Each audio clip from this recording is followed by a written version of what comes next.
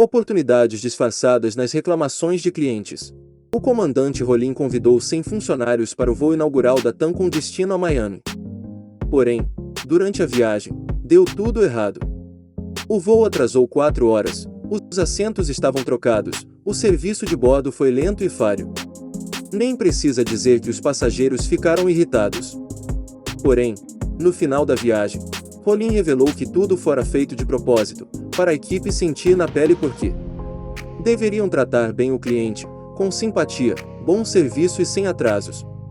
No final, o comandante perguntou: respondam com sinceridade, se vocês fossem passageiros de verdade, vocês voltariam a esta companhia? A Disney é o maior grupo de entretenimento do mundo.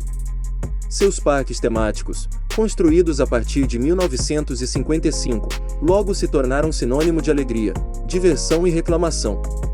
Pelo menos, foi isso que a empresa enfrentou em alguns de seus parques no início dos anos 1970. Um número crescente de visitantes vinha se queixando do atendimento de funcionários desatentos, mal-humorados, displicentes e até ríspidos. Para apurar as razões do mau comportamento, a direção resolveu entrevistar a equipe. E descobriu que alguns empregados se sentiam desprestigiados e desvalorizados por ocuparem cargos tidos como baixos, como faxineiro, pipoqueiro, garçom, vendedor de algodão doce e outros. Sentiam-se diminuídos perante companheiros com cargos mais altos, como caixas, operadores de brinquedos e rapazes com a cabeça do Mickey. O desafio era claro: como manter os colaboradores motivados independentemente da posição que ocupavam. Foi então que a Disney teve uma grande saída. Em vez de registrar os funcionários numa função específica, passou a contratar todos como atores. Assim, o Homem da Pipoca não era mais um pipoqueiro, mas um ator fazendo o papel de melhor pipoqueiro do mundo. A moça da limpeza não era uma simples faxineira. Era uma atriz fazendo o papel de melhor faxineira que existe. Com isso, a Disney podia exigir de seus funcionários o máximo de dedicação ao desempenhar cada papel. O treinamento passou a se chamar aula de teatro. O objetivo era evitar também que os problemas pessoais da equipe interferissem no tratamento aos visitantes. Na hora de entrar no palco, todos deveriam esquecer o que se passava do lado de fora e buscar a melhor atuação possível. Sem prévio aviso, os contratados podiam ser convidados a desempenhar outros papéis.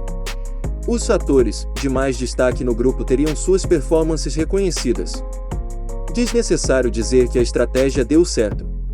Quem já visitou os parques da Disney sabe que a simpatia, a dedicação e o comprometimento dos atendentes são exemplares. Este é um dos maiores segredos do sucesso da companhia, a preocupação constante em identificar e atender os desejos do consumidor. Uma recente pesquisa realizada pela Disney apontou as razões por que os clientes deixam de comprar um produto ou serviço. N9% porque morreram ou mudaram para um local onde não existe o produto, N9% por encontrar similares com preço menor, N14% por problemas de qualidade do produto, N68% porque foram mal atendidos pelos vendedores. Observe o que revelam os números: de cada 10 clientes que uma empresa perde, 7 se vão por conta do atendimento. E você botando a culpa na concorrência desleal, nos impostos elevados, no mercado ruim, na falta de sorte, etc. E não para por aí. A Ford americana fez uma pesquisa para medir a influência da opinião de seus clientes sobre possíveis compradores. Apurou que um cliente insatisfeito espalha sua opinião para 22 pessoas, e um satisfeito, para 8. Isso ainda é mais preocupante na era dos blogs, em que as pessoas têm espaço ilimitado para relatar suas experiências, positivas ou negativas, e fazer críticas livremente, com audiências cada vez maiores. Como bem resumiu Kevin Roberts, publicitário inglês, nada é mais poderoso que a recomendação de um amigo. Ou seja, a melhor forma de divulgar sua marca e reter consumidores é investir no bom atendimento. Isso significa prezar por uma experiência agradável em todos os pontos de contato com o público, desde a equipe de vendas, representantes da marca e funcionários até o serviço de telemarketing. De todas as formas de atendimento deficiente, nada irrita mais do que o telemarketing padrão, frio, mecânico, repetitivo ou ramal tá ocupado. O senhor poderia estar ligando mais tarde. Não consta, algo mais. Não é daqui, senhor. Só um minutinho, que vou estar transferindo para o ramal responsável. Sua ligação é muito importante para nós. Aguarde mais um momento que já vamos atendê-lo. Em contrapartida, quando encontramos um atendente rápido e eficaz, que realmente quer resolver nosso problema, ganhamos o dia, não é mesmo? Foi isso que aconteceu com os clientes de uma empresa de televendas americana nos anos 1980. Uma das telefonistas se sobressaía por ser simpática, atenciosa, espontânea e estar sempre de bom humor rapidamente. Ela se tornou a preferida dos clientes, o que gerou um enorme problema de congestionamento nas linhas. Afinal, todas as pessoas queriam falar com ela, a Susan. A saída encontrada pela empresa foi de uma simplicidade desconcertante. Primeiro, promoveu um treinamento no qual o atendente modelo ensinou às outras os segredos de sua popularidade com os clientes. Depois disso, numa atitude surpreendente, a direção determinou que todas as telefonistas se apresentassem como Susan. Todas seriam clones da Susan, ouviriam como ela, falariam como ela, se interessariam como ela. E até levariam seu nome. O resultado? Bem, lógico que alguns clientes suspeitaram que não era a Susan original que os estava atendendo. Mas qual a diferença? Eles estavam recebendo um bom atendimento. Era isso que importava. As corporações precisam entender que pouco adianta despender milhões em propaganda se o atendimento dado aos clientes é péssimo.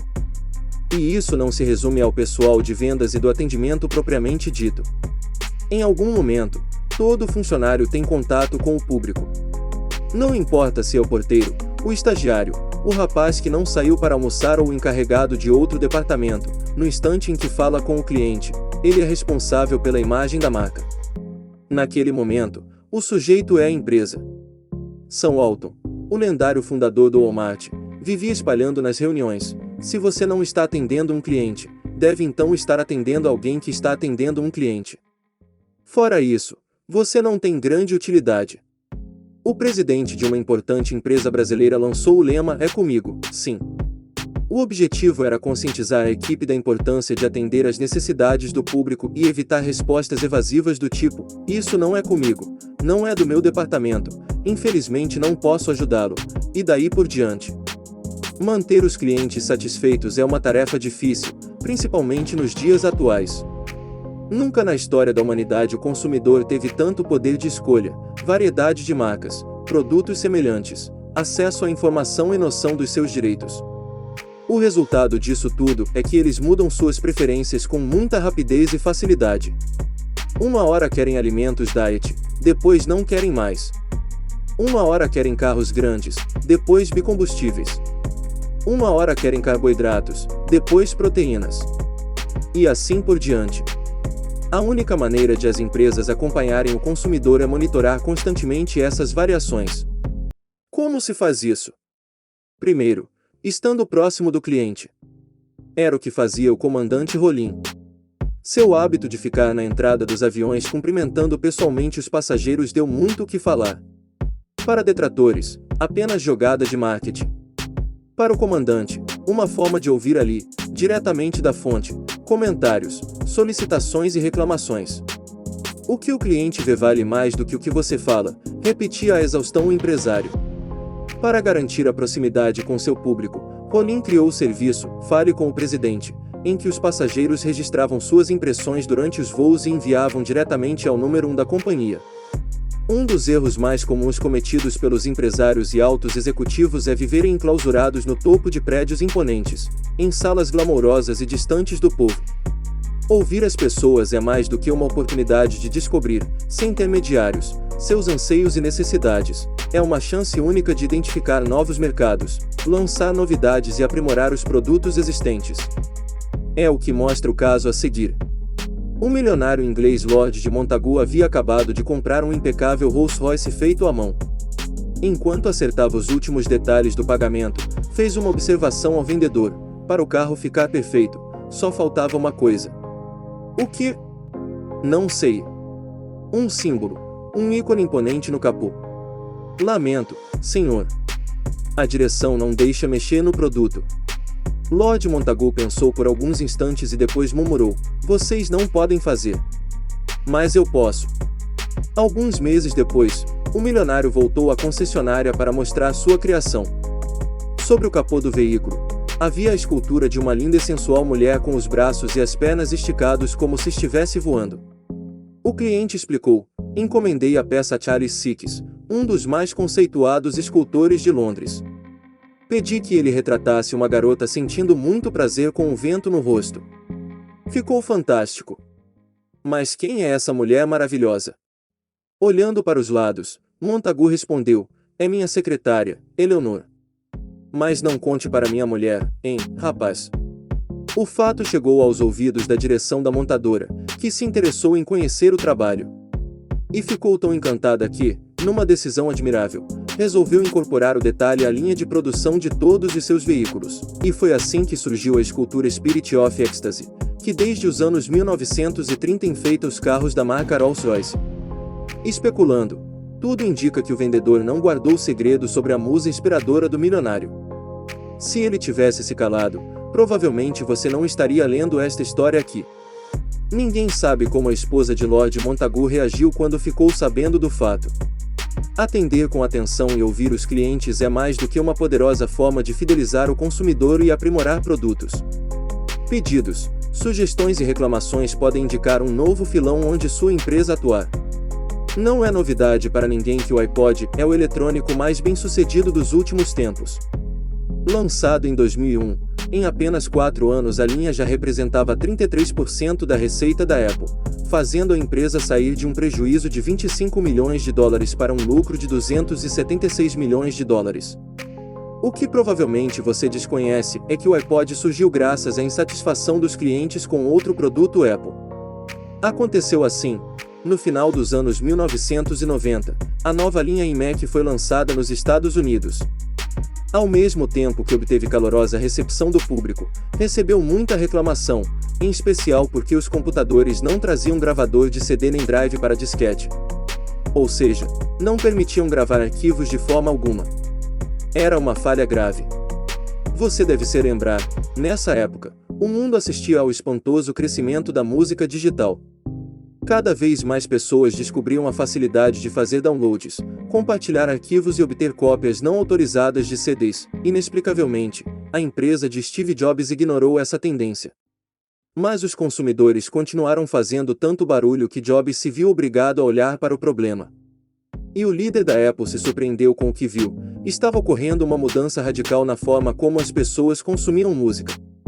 O computador havia se transformado num tocador de MP3. A tecnologia havia convertido cada pessoa em editora. E a possibilidade de enviar os arquivos pela internet fazia de cada usuário uma distribuidora. Continuando com o raciocínio, Jobs imaginou, depois de editar e compartilhar suas músicas preferidas, o que as pessoas vão querer? Se locomover por aí ouvindo música digital, claro. Imediatamente, o executivo se recordou da revolução que o Walkman tinha representado em sua juventude, nos longínquos anos 1970. E decidiu: a Apple vai criar o Walkman do século XXI. É verdade que o iPod não foi o primeiro tocador portátil de MP3. Outras empresas já haviam desenvolvido o aparelho, mas nenhum tinha emplacado. Jobs convocou a equipe e lançou o desafio: criar um aparelho com o estilo e a facilidade Apple, num curtíssimo espaço de tempo. Assim, em outubro de 2001, pouco mais de um mês depois dos ataques terroristas ao World Trade Center, ocorreu outro fato histórico: o lançamento do fenômeno que já vendeu mais de 170 milhões de unidades no mundo e conquistou 70% do mercado mundial de tocadores de MP3. O iPod modificou totalmente a maneira de ouvir música digital. E fez a Apple passar de mais uma fabricante de computadores a gigante do setor de eletrônicos. É por isso que a palavra computer foi retirada da marca da empresa. E tudo surgiu graças às reivindicações dos clientes, que apontaram para uma oportunidade disfarçada, como também aconteceu no caso a seguir. Por volta dos anos 1950, os Estados Unidos entraram num período de grande prosperidade econômica. Animados com o otimismo geral do pós-guerra, os casais voltaram a ter filhos. Diversos empresários viram possibilidades de faturar alto com o baby boom. Foi o que aconteceu com o proprietário de uma pequena loja de móveis para bebês de Washington. Em menos de um mês, diversos clientes haviam procurado seu estabelecimento atrás de brinquedos. O senhor tem bonecas. Carrinho de madeira. Cavalo de pau. Peão. Joguinhos. Até aquela época, produtos infantis como esses eram encontrados em lojas de departamentos e, principalmente, no período do Natal. Não passava pela cabeça de ninguém, talvez, só das crianças, que a gurizada gostasse de ganhar brinquedos também no restante do ano. O proprietário do armazém citado acima, o comerciante Charles Lazarus, decidiu atender os consumidores. Entrou em contato com os fabricantes e encomendou os itens mais pedidos. O sucesso foi rápido. Em 1957, ele já possuía 3 lojas em que os brinquedos eram o negócio principal. Sempre guiado pelas solicitações dos clientes, Lazarus introduziu novidades no segmento, como descontos significativos, ampla variedade e alto serviço. Com tantos atrativos, a rede não parou mais de crescer. Esta é a história da Toys R Us. A rede chegou a ter mais de 1.500 lojas espalhadas pelo mundo e um faturamento anual acima dos 11 bilhões de dólares. Note que Lazarus não teve qualquer informação privilegiada ou vantagem competitiva em relação aos demais lojistas. O que ele teve mais do que os outros foi sensibilidade, coragem e espírito empreendedor. É isso que diferencia líderes visionários de comerciantes comuns. Nos anos 1950, quem andava por São Paulo podia ver a quantidade de nordestinos nas ruas da cidade. Vindos em busca de uma vida melhor, muitos desses migrantes não tinham estudo, formação nem documentação. Por isso, eram obrigados a aceitar trabalhos mal remunerados e sem carteira de trabalho assinada. Por não terem garantias, não podiam fazer compras a prazo, porque os comerciantes temiam calotes. Sem opções, eram obrigados a adquirir produtos dos mascates que circulavam pelas ruas. Um desses vendedores ambulantes, Samuel, sabia das queixas e reclamações dos migrantes, que se julgavam vítimas de preconceito e discriminação. Samuel, que vendia cobertores, toalhas e outras mercadorias apenas na base da palavra, sabia que os nordestinos eram bons pagadores. Apesar de não ter papel assinado ou qualquer comprovante, 70% deles pagavam em dia. Os outros 30% podiam atrasar, mas também honravam as dívidas. De olho no mercado que crescia sem parar, Samuel pensou em montar uma loja especialmente dedicada a esse público, um lugar onde qualquer pessoa pudesse abrir crediário, bastaria ter comprovante de residência. Como muitos migrantes eram analfabetos, o mascate pensou numa ficha na qual, no lugar da assinatura, houvesse espaço para impressão digital. Para colocar seu plano em prática, em 1957, o comerciante adquiriu uma pequena loja em São Caetano do Sul, com apenas 800 clientes cadastrados. Para vender, Samuel usou suas técnicas de mascate, mandava seus vendedores abordarem as pessoas nas ruas, tirarem os pedidos e anotarem tudo em cadernetas. Nem é preciso dizer que os nordestinos, até então abandonados pelo comércio e carentes de tudo, invadiram a Casa Bahia, no singular mesmo, porque era uma loja só, do jovem Samuel Klein, obrigando-o a abrir rapidamente filiais. Por descobrir, praticamente sozinho, um nicho inexplorado, Klein construiu um gigantesco império. Atualmente, as Casas Bahia são a maior rede de varejo de eletrônicos e de móveis do Brasil, com 560 lojas em 10 estados brasileiros, um exército de 57 mil funcionários e 16 milhões de clientes cadastrados. Sozinha, a rede é responsável pela venda de aproximadamente 20% de toda a produção de produtos eletrônicos no país. Para efeito de curiosidade, o nome Casas Bahia não foi criado por Samuel. A loja comprada por ele em 1957 já tinha esse nome, sem o S, frise-se. Já o boneco baianinho, símbolo da rede, é fruto de sua gestão. O personagem possui chapéu de pernambucano e bombachas gaúchas, para representar a integração do Brasil dentro das Casas Bahia, que espera crescer muito mais. Pobre e mercadoria nunca vão faltar no Brasil. O país é muito grande e populoso, resume Klein.